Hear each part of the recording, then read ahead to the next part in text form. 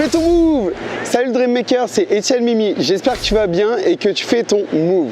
Avant toute chose, si tu n'es pas encore abonné à ma chaîne YouTube, je t'invite à cliquer sur le bouton s'abonner juste en dessous de celle-ci et à cliquer aussi sur la petite cloche de notification afin d'être notifié lors de la sortie de mes prochaines vidéos.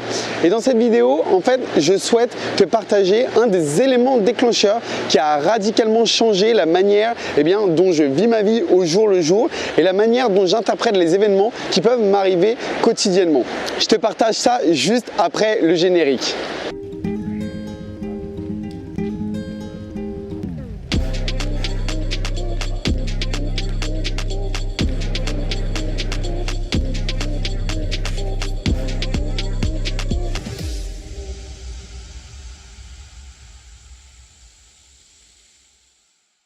Donc cet élément qui a radicalement changé ma manière de voir les choses et aussi d'interpréter les événements qui pouvaient m'arriver chaque jour. J'espère qu'on va entendre parce qu'il y a pas mal de bruit à cause des vagues. Aujourd'hui on est à Malte, enfin bref.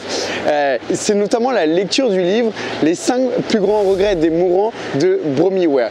Bromi Ware, c'est une infirmière en soins palliatifs en Australie et qui côtoie chaque jour des dizaines et des dizaines de personnes mourantes qui sont sur leur lit de mort. Et en fait, lors de sa carrière, elle est allée collecter les 5 plus grands regrets que ces personnes pouvaient avoir maintenant qu'elles étaient confrontées à la mort ou elles étaient en phase terminale.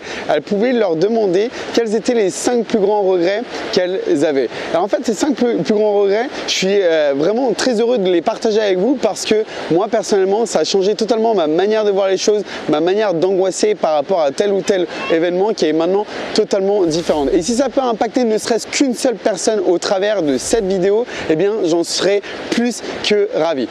Donc le premier regret, c'est notamment j'aurais aimé avoir eu le courage de vivre la vie de la manière dont je souhaitais et pas de la manière dont les personnes autour de moi le souhaitaient. En effet, dès le plus jeune âge, en fait, on est conditionné par notre famille, par nos parents, par nos grands-parents, par nos frères et sœurs qui, pour notre bien, en fait, nous conseillent selon les choix à faire pour notre carrière professionnelle. Et en fait, parfois on peut avoir un peu cet esprit rebelle, mes parents ils veulent que je fasse ci, ils veulent que je fasse ça, mais on ne se rend pas compte que c'est pour notre bien. Par exemple, dans mon cas personnel, mes parents qui sont pas du tout entrepreneurs avaient beaucoup de réticence par rapport à mon chemin entrepreneurial et avaient du mal à comprendre, se poser énormément de questions, bien évidemment, parce que eux ils ont suivi un chemin plus ou moins classique et ils connaissent pas forcément d'autres chemins. Et pour l'amour qu'ils avaient pour moi, ils souhaitaient que j'ai une certaine sécurité, une certaine stabilité parce que cela fait partie de leurs valeurs.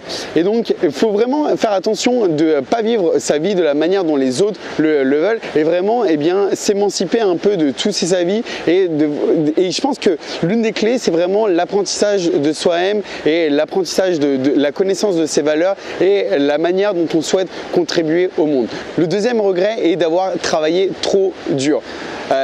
Pour une personne, je prends l'exemple d'une personne qui est salariée et qui travaille 40-45 heures par semaine ou peut-être un peu moins, enfin bref. On est toujours stressé par notre patron et c'est même aussi valable pour les entrepreneurs parce qu'on peut se retrouver dans une course à l'argent, dans une course aux chiffres et en oublier un petit peu tout l'aspect qui est à côté, c'est-à-dire l'aspect familial, l'aspect aussi du fait qu'il faut profiter de la vie et on peut très bien avoir tout l'argent du monde. Tout à l'heure, j'étais sur Instagram, j'essaye de passer le moins de temps possible sur Instagram, mais j'avais vu cette image, en fait, il y avait la mort avec une pioche et il y avait une personne qui était avec 2 sacs remplis d'argent et la mort lui dit désolé, on n'accepte pas les bagages. Et en fait, c'était assez marquant parce que c'est vrai quand on dit l'argent ne va pas vous accompagner dans votre tombe, c'est totalement vrai. Après, bien évidemment, c'est à prendre à demi-mesure où je pense que l'argent est un bon moyen aussi de faire plus, c'est-à-dire de répandre plus son message. Par exemple, moi dans mon cas, de pouvoir déléguer plus, de créer plus de contenu, etc. Mais le fait de travailler trop dur, je pense qu'il est important de savoir faire la part des choses et aussi de s'accorder du temps à soi, son développement personnel, son développement spirituel et son développement aussi familial, ses relations et autres. Le troisième regret listé par Bromi Ware est j'aurais aimé en fait pouvoir exprimer plus mes sentiments. Encore une fois, par rapport à cette pression sociale social, l'environnement qu'on a autour de nous. Parfois, on peut trouver ça un peu niais d'exprimer ses sentiments, de dire je t'aime à quelqu'un, à son frère, sa sœur, ses parents ou même un ami. Et le fait de pas, quand on se retrouve à 70, 80 ans ou peu importe l'âge, mais le fait de se retrouver sur un lit de mort, peut-être qu'on aurait aimé se dévoiler un peu plus pour justement renforcer les liens qu'on peut avoir avec les personnes qu'on côtoie et qui nous sont au final extrêmement chères. Et il n'y a pas de honte en fait à dévoiler ses sentiments, peu importe si vous êtes mourant ou non. Et je pense que c'est encore un plus gros avantage de savoir ça en étant en bonne santé, en ayant toute la vie devant soi, parce que à partir du moment où vous allez dévoiler vos sentiments et vous allez vous ouvrir, vous allez ouvrir votre cœur et ça va permettre de renforcer les liens que vous allez avoir avec vos prochaines relations, etc. Et le plus vous allez vous ouvrir en fait, le plus d'opportunités vous allez aussi avoir. Le quatrième regret mentionné par Bromi Ware est « Je regrette de ne pas être resté en contact avec mes amis ». Et parfois, les choses de la vie font qu'on peut se séparer des amis, de nos connaissances ou autres, et on en oublie en fait, et puis on se dit bon, je lui enverrai un message dans une semaine, et après on se retrouve un an plus tard, on lui a toujours pas envoyé le message, et après on se retrouve un peu ridicule parce que on lui a pas envoyé le message depuis un an, et après on se dit bon, ça va attendre, et au final on se trouve 2 ans, 3 ans, 4 ans, etc.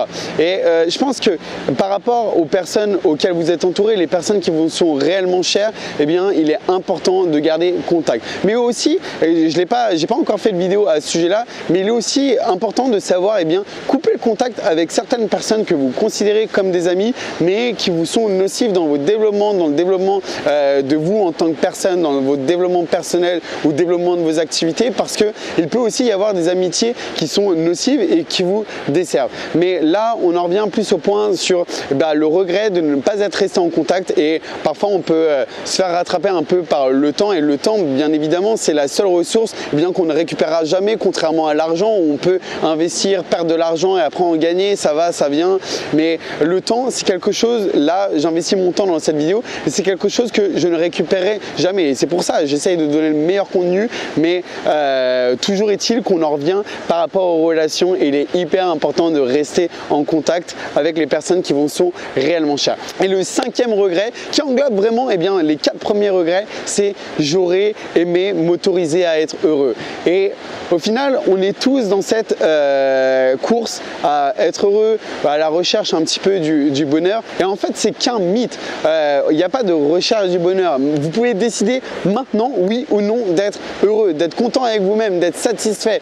Après, bien évidemment, il y a plein de choses qui peuvent se travailler, comme la pensée positive, et changer un peu vos habitudes dans la manière de percevoir les choses, la manière aussi de juger, arrêter de juger. Mais le bonheur, en fait, il est libre qu'à vous. Vous pouvez être heureux dès maintenant, peu importe vos situations, peu importe où vous en êtes, il est libre qu'à vous d'être heureux. Je trouve ça vraiment poignant, le fait d'avoir ce 5e regret qui est j'aurais aimé m'autoriser à être heureux, parce que dans la vie, on peut se trouver n'importe quelles excuses pour se dire ah mais non, aujourd'hui ça va pas, peut-être que demain ça ira bien, etc. Et de pas travailler sur ça, la seule personne à qui vous faites du mal, c'est vous-même, et après indirectement vous impactez vos relations que vous avez à l'extérieur, et ce que vous essayez de construire au jour le jour. Et il y a une phrase très pertinente de Jean-Claude Van Damme qui dit « Il ne faut pas écouter les bruits du monde, mais le silence de l'âme ». En fait, qu'on aime ou qu'on n'aime pas Jean Damme, il faut lui reconnaître qu'il a cette part de philosophie et aussi une pensée très profonde dans ce genre de choses, notamment au niveau du développement personnel. Et je trouve que c'est très parlant. Et il me semble qu'il y avait aussi Steve Jobs lors d'un de ses discours à Harvard qui disait une phrase à peu près similaire, mais au final, il faut savoir faire abstraction du brouhaha extérieur, de toutes les pensées qu'on peut avoir ou de tous les avis de Pierre-Paul Jacques qu'on a autour de nous, et de s'écouter soi-même, de s'écouter ce qu'on veut réellement, ce qui est réellement important pour nous. Et aussi, moi qui suis aussi énormément axé PNL, programmation neurolinguistique, le fait de comprendre son mental, le fait de comprendre comment les croyances limitantes fonctionnent et comment on peut les remplacer par des bonnes croyances afin de vous permettre d'atteindre vos objectifs, c'est aussi hyper important. Comprendre comprendre son mental, pour moi, c'est quelque chose qui a été de très révélateur et je ne me considérais pas encore comme expert et chaque jour, j'essaye d'utiliser toutes les compétences que je suis en train d'acquérir. Je me lance des défis à titre personnel et le fait de comprendre votre mental vous permet de comprendre que il n'y a aucune limite, seulement les limites que vous fixez vous-même. Et aussi, tout ce raisonnement m'amène à dire aussi que la manière dont je prends les décisions à présent a été réellement impactée par cela. Maintenant, je me pose deux questions fondamentales avant de prendre chaque décision. Est-ce que la décision que je m'apprête à prendre va impacter positivement mes objectifs long terme? Je me concentre plus sur le court terme parce que le bonheur court terme ou les actions court terme ou gagner de l'argent de manière court terme, personnellement, ça m'intéresse plus. Moi, ce qui m'intéresse réellement, c'est vraiment tout ce qui est long terme. Donc, c'est est-ce que la décision que je m'apprête à prendre va servir mon intérêt long terme? Et la deuxième question que je me pose avant de prendre cette décision, c'est si je ne prends pas cette décision, vais-je regretter le fait de ne pas l'avoir pris?